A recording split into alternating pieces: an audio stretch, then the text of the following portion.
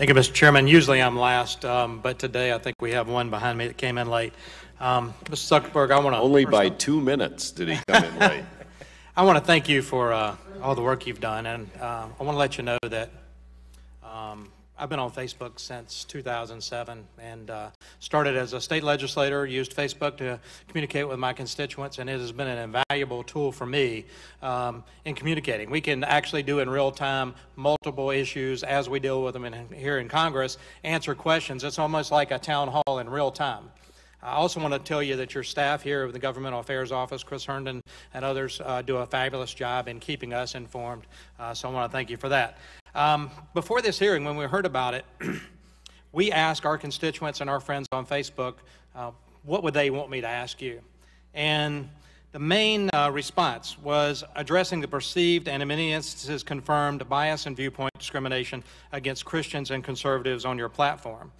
Today, listening to this, I think the two main issues are user privacy and censorship. The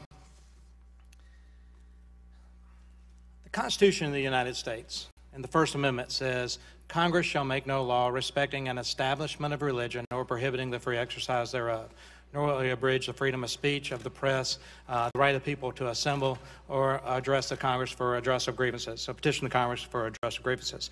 I've got a copy of the Constitution I want to give you at the end of this hearing.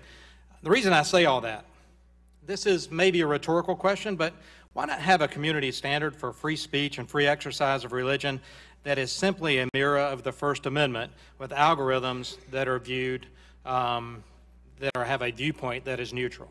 Why not do that?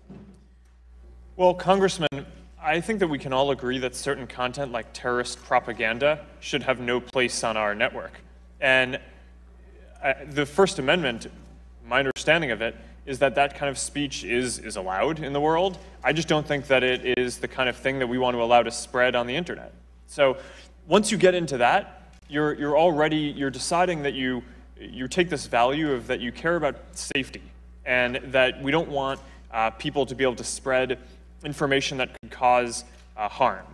And I think that our general responsibility is to allow the broadest spectrum of free expression as we can. And I appreciate that answer. You're right about propaganda and other issues there.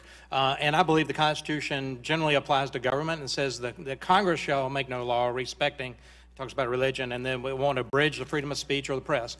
But the standard has been applied to private businesses, whether those are newspapers or other media platform. And I would argue that social media has now become a media platform to be considered in a lot of ways the same as other press media. So I think the First Amendment probably does apply and will apply. What will you do? Let me ask you this. What will you do to restore the First Amendment rights of Facebook users and ensure that all users are treated equally, regardless of whether they are conservative, moderate, liberal, or whatnot? Well, Congressman, I think that we make a number of mistakes in content review today that I don't think only focus on one political persuasion.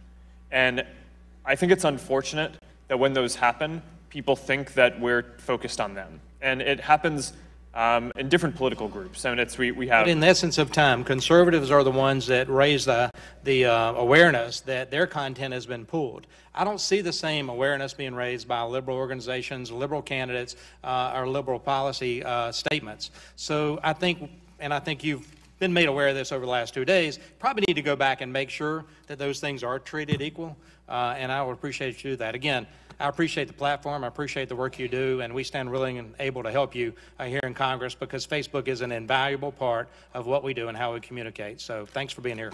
Thank you.